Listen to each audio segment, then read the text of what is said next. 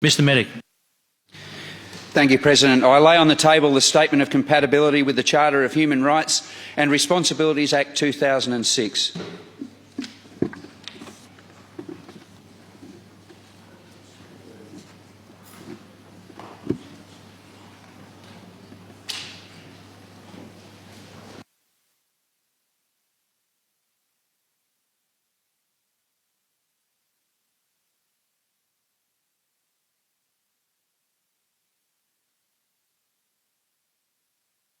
Thank you, Mr Meddick. I move that the bill now be read a second time. Continue. Yeah, you can read your Thank you. second. In 1985, a Channel 9 cameraman was alerted to the slaughter of native water birds happening on Victorian wetlands. Intrigued, he visited Lake Conowari, a Ramsar wetland of international importance and in my own electorate of Western Victoria, and the campaign to ban recreational duck shooting was born. At the time, there were over 100,000 registered duck shooters in Victoria, and just 15 rescuers headed out to the wetlands to rescue injured birds and provide them with veterinary treatment or humane euthanasia.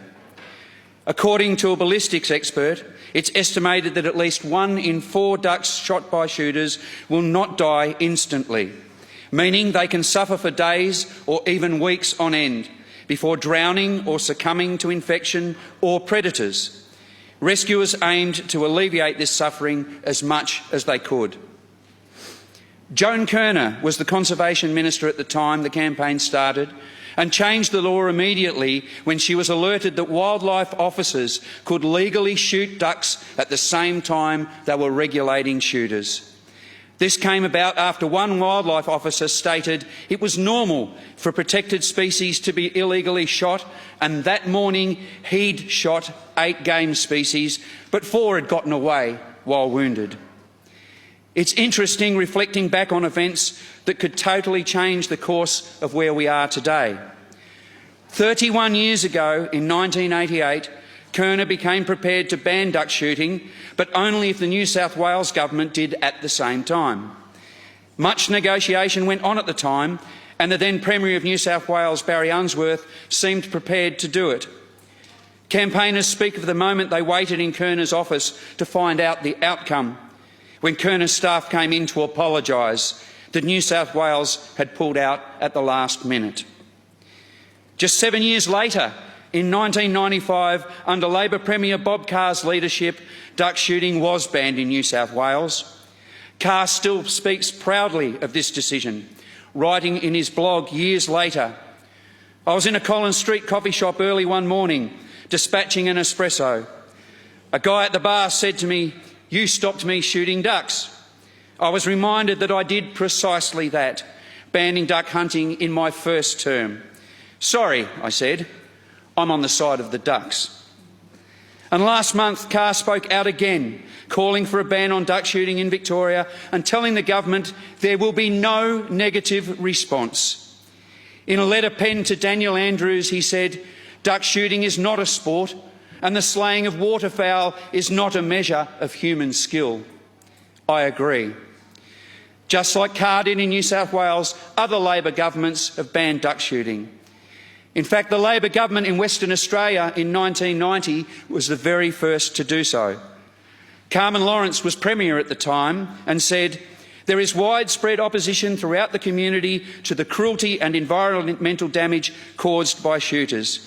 Evidence from previous seasons shows that injured ducks have been left to die, protected species have been shot, and fragile wetlands have been polluted by lead and cartridges. Our community has reached a stage of enlightenment and where it can no longer accept the institutionalised killing of native birds for recreation." Then in 2005, the Labor government in Queensland went on to do the same. The then Premier Peter Beattie said, "There will be no more duck and quail hunting in Queensland. It's time to ban the recreational shooting of ducks and quail. This is not an appropriate activity in contemporary life in the smart state." This initiative was also debated in this chamber in 2011, The Leader of the Opposition in this House committed to support as many humane outcomes as can occur in this public policy space. Yet here we are in 2019, with arguably the most progressive government in the country, and duck shooting continues. And in my opinion, we shouldn't even be having this debate. In 1990, the Victorian Labor State Conference voted overwhelmingly to ban it. In 91, Victoria's Labor Country Caucus voted to ban it. Dozens of branches have voted to ban it. In 2013, Labor's Conservation, Environment and Resources Policy Committee voted to ban it. To use an old Labor saying, it's time. When duck shooting is banned, and when I say when, not if, the shooters will likely say their rights are being taken away. But what about the rights of our native wildlife to finally live peacefully in their own homes? What about the rights of all Victorians to enjoy our iconic and tranquil wetlands? The rights of First Nations people to preserve their culture, history and land. The reality is, traditions change. They always have. And if a tradition is wrong or outdated, it's time for it to go. They'll probably also claim they are true conservationists, but it doesn't pass the pub test. Although some duck shooters have worked to rehabilitate wetlands, the aim is to attract and breed ducks simply so they can kill them. Conservation is done as a selfless act to restore the environment and to encourage the restoration of life, not as an act of selfishness to ensure you can continue to kill. Conservation and duck shooting are, without a shadow of a doubt, very mutually exclusive terms. The so-called economic benefits of duck shooting have been roundly criticised by numerous experts too. An economic analysis by the Australia Institute in 2012 showed that claims of duck shooting contributing significantly to the economy in Victoria are completely false. In monetary terms, revenue from non-hunting tourism is far more important and is actually negatively impacted by hunting. In associated terms, they estimate the benefit of banning duck hunting at around $60 million per year, a conservative estimate. I also hear shooters and authorities defending duck shooting through the supposed benefit of tourism. A very confusing message when contrasted by the lived experience of regional land and business owners.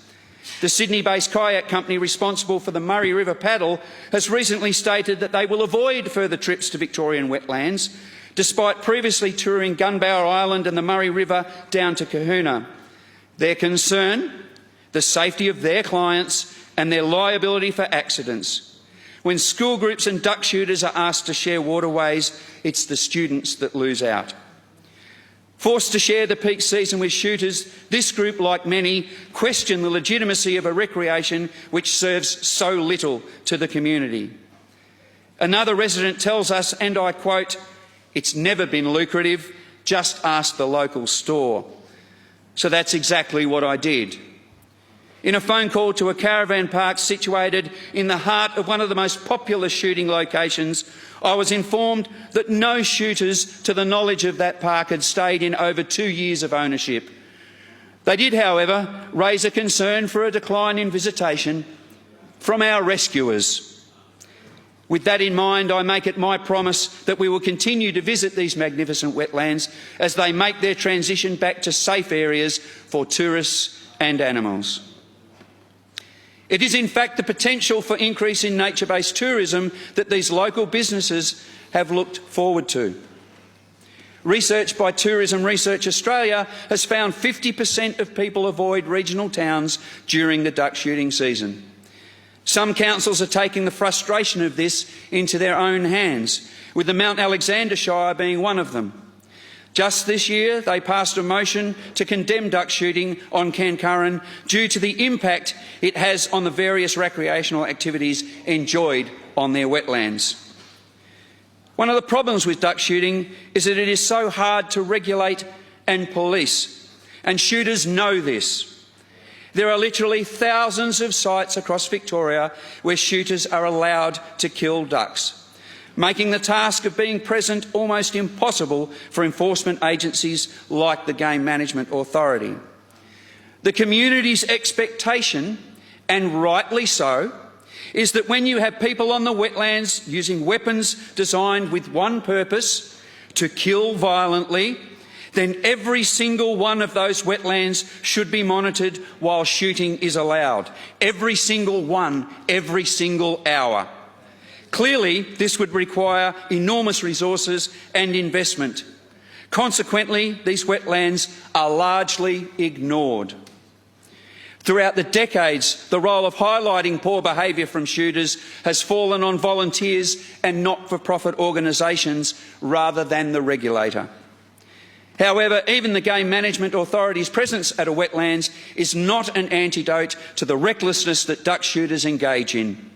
We only have to cast our minds back to 2017, when over 1,000 birds were massacred and buried whole at the Corangi Marshes near Kerang.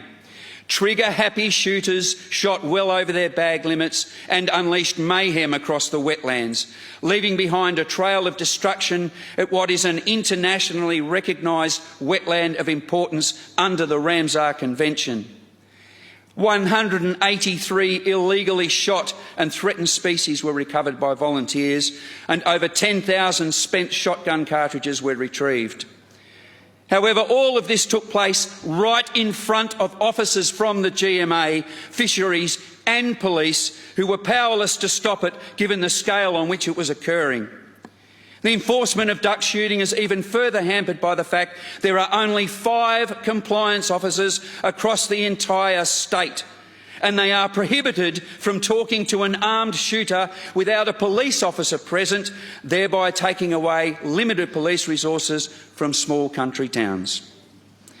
As shooters get away with killing protected and threatened species such as the freckled duck, one of the rarest water birds in the world, or they get away with shooting over their bag limit, they simply become emboldened, and it breeds a culture of recklessness and lawlessness, which is what we saw in 2017. The Corangi Marshes massacre wasn't the first we saw, and it certainly won't be the last while duck shooting continues. I draw your attention to another mass killing of protected birds known as the Box Flat massacre, which occurred under the previous Liberal National Government in 2017 when Peter Walsh in the other place was the Minister for Agriculture. It was on private land right in the Minister's electorate. It was aptly described by the Weekly Times' Chris McLennan as an orgy of killing, one of the worst wildlife massacres Victoria had seen. Swans, coot, grebe, rare and defenceless birds, game fowl, between 1,000 and 2,000 water birds. An investigation was launched, but the offenders were never identified. Game officers had attended on the day of the massacre, but weren't witness to the indiscriminate destruction of wildlife taking place. It was later that the extent of what had just taken place would become apparent. It was also revealed that there had been forewarning that this was about to happen. The Wednesday before opening, Games officers were warned something may happen at Box Flat. So how can we really expect that duck shooting will ever be conducted responsibly or adequately enforced after one of the worst massacres of native wildlife, of especially protected and threatened species, didn't lead to a single prosecution, where Games management had been forewarned, had attended on the day, had interviewed witnesses following the discovery of masses of birds that had been deliberately hidden? The cold, hard fact is it can't. And again, so appropriately summarised in the above-mentioned opinion piece, Box Flat is now a sorry part of hunting history. Perhaps there was never anything the government could do to ensure it will not happen again. The minister never released the report. The only thing the government can do to ensure it won't happen again is to legislate that the killing of native water birds for recreational entertainment shall not happen again in any circumstance. Water birds aren't just killed outright on the wetlands, it's also unavoidable that a significant number of them are wounded by shotgun pellets. It's unavoidable because no matter how good the shooter, and many of them are not good, The spread of shot that literally defines this type of gun ensures that the number of pellets hitting a bird is somewhat random, and they may end up with just a few shots entering their body. These pellets hit them randomly in their beaks, their head, wings, body and legs. So often birds are maimed but survive long enough to escape immediate capture and death at the hands of a shooter, but they die slowly of their wounds over days and weeks subsequent. Their dead bodies sometimes washing up together in the reeds at the side of lakes. Along with wounding so-called game birds, shooters regularly shoot and kill or wound protected species such as the freckled duck and blue-winged shoveler, not to mention avocets, swans, ibis and myriad other Australian bird species that end up shot. It is unacceptable to find that species of birds known to be endangered are further threatened by shooting, even if both the shooter and the government shrug their shoulders and say, "Whoops, it was an accident." It's time to recognise that the recreational shooting of native water birds is simply no longer acceptable to the majority of Victorians. Historical polls have shown up to 85% of Victorians support a ban. In 2010, a petition was presented to the government in a joint effort by the RSPCA and the Coalition Against Duck Shooting, showcasing 30,000 signatures. This was before the time of e-petitions, and each individual signature from Victorian constituents was collected and checked by hand. The National Firearm Agreement requires a minimum age of 18 for the use and licensing of guns in Australia. Despite this, children as young as 12 who are not required to sit a waterfowl identification test make up shooter numbers each year. Medics for Gun Control recently stated, and I quote, "Any government that supports or facilitates the use of guns by children is acting against their obligation to Australia's national gun safety laws." Shooters have never been required to sit a shooting accuracy test to legally obtain a firearms licence in Victoria. In 2011, a female rescuer was shot by hunters. The 9 pellet fragments removed from her face demonstrate the wounding potential of these weapons. And then there's the other intentional harm. Sexual harassment, verbal abuse and property damage are reported to me by constituents, many of whom have complained first to the GMA to no avail. Shotguns pointed at and poked into the chests of activists, tyres slashed and vehicles rolled over. The list goes on. And what about families with homes near waterways, forced to listen to and experience the consequence of gunfire for 2 months of the year? Continuously, public sentiment has been the same between the city and the country. The overwhelming majority want a ban. In fact, a recent survey, regional Victorians were given the chance to speak out. This is just some of what they said. Firing across the boundary with shotgun pellets striking the house. One occasion saw a family member struck. Trespassing on my workplace is common. We reinforce the fences, but they still enter. We've been told there's nothing we can do. Outrageous that we as landowners seem to have no rights. I've been making complaints for 20 years. Overwhelmingly, the authorities don't respond, and when they do, they aren't interested. Children are horrified, particularly when they come across unclaimed bodies. We are constantly tired during duck shooting, and guns scare our granddaughter, and our dog is terrified. A witness in the recent inquiry into animal activism on Victorian farms has recounted that, while carrying on their farming, they were never worried about activists, but they were terrified about trespass by armed duck shooters. And let this serve as yet another example of our continued disregard for sacred Indigenous land. I was taken on a tour of Lake Bort recently by honorary caretaker Paul Hoare. Walking through what was once tranquil and flourishing wetland, now devastated by drought, it remains home to the largest population of scar trees in Victoria. All around me was pointed out evidence of disturbed burial grounds, cooking mounds and ancient cultural significant trees, chopped down for firewood. And to my dismay, even toilets at the campsites of shooters. Ancient cooking beads lying side by side with empty shotgun pellets and human excrement. An absolute disgrace. Back in 2009, South East Australia had been in drought for over 10 years.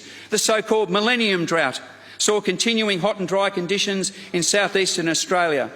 Its effects were exacerbated by Australia's then second hottest year on record in 2009, with record-breaking heat waves in January, February and the second half of the year. Melbourne's water supplies dipped to 27%, despite tight and damaging Stage 3A water restrictions. The government commenced construction on one of the world's largest desalination plants.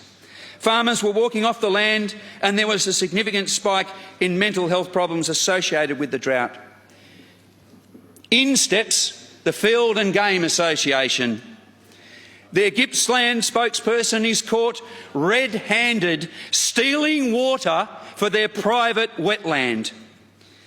Perhaps my crossbench colleague should decide whether he supports farmers growing crops or shooters growing ducks, because they both can't use the water. In the dying days of the unstable and dysfunctional Napthine government, legislation was enacted to create the Game Management Authority, and it has inherited all of the characteristics of that government: confusion, waste and cruelty. Because duck shooters continue to behave unlawfully, and the GMA seem impotent to stop them. They ended up asking Pegasus Economics to undertake an independent review to evaluate the authority's compliance and enforcement regime, the appropriateness of its operating model and its capacity and capability to deliver its compliance and enforcement obligations. Unfortunately, the Pegasus Economics report found that the GMA has not been able to effectively fulfil its compliance and enforcement responsibilities. Non-compliance with the game hunting laws is commonplace and widespread. The GMA is widely perceived by its external stakeholders and its own staff as unable either to ensure compliance with the game hunting laws or to effectively sanction offenders when those laws are breached. This has seriously undermined its credibility as an independent and effective regulator and raises questions about the integrity and sustainability of the regulatory regime, and that the game hunting laws are widely perceived by internal and external stakeholders to be extremely difficult, if not impossible, to effectively enforce in the field. Perhaps that is why even one of the peak law bodies has written to the Premier and Ministers advising that they are concerned that those protections that do exist in the regulations will not be adequately enforced by the GMA in spite of the commitment to increase funding, and they call for the government to commit to banning duck hunting in 2020. A law that cannot be effectively policed and enforced is a bad law. Perhaps that is why their own head of enforcement quit the organisation in disgust and proceeded to blow the whistle on their impotence and unwillingness to prosecute shooters. My involvement with this issue does not run for anywhere near as long as so many of those who have been involved. I ran my election campaign on this issue, and it speaks to the very heart of what I and my party fight against. There is something completely brutal, so intrinsically barbaric, about blasting innocent and unsuspecting waterbirds to death for fun. It is this outrageous injustice, this wholesale festival of blood, that speaks to my sense of standing up against cruelty wherever I am able. These birds need protection, not destruction. They are worthy of our admiration, and I will fight for them. I have played my part for a mere 8 years, but it has been one of the most brutal campaigns I've been involved in. I have witnessed physical harassment and intimidation, not just of rescuers, but of police. Tyres slashed and verbal and online abuse. As I said earlier, there were once 100,000 registered duck shooters in Victoria. This number has continued to rapidly decline, with less than 0.4% of the population being registered to take part in duck shooting, and even less actually doing so. This year it was estimated a mere 1,300 took part in opening weekend. A well-known rescuer said over 20 years ago, the defenceless birds who don't have teeth, much less a voice to defend themselves, have committed allies interrupting the firing lines. The guns are turning, and a media spotlight is exposing the shooters who for 200 years have harassed, wounded and maimed small birds away from the public eye. And I know that Victoria's native water birds and our beautiful wetlands have more allies in Parliament than just myself. It's time for us to ban duck shooting. Thank you.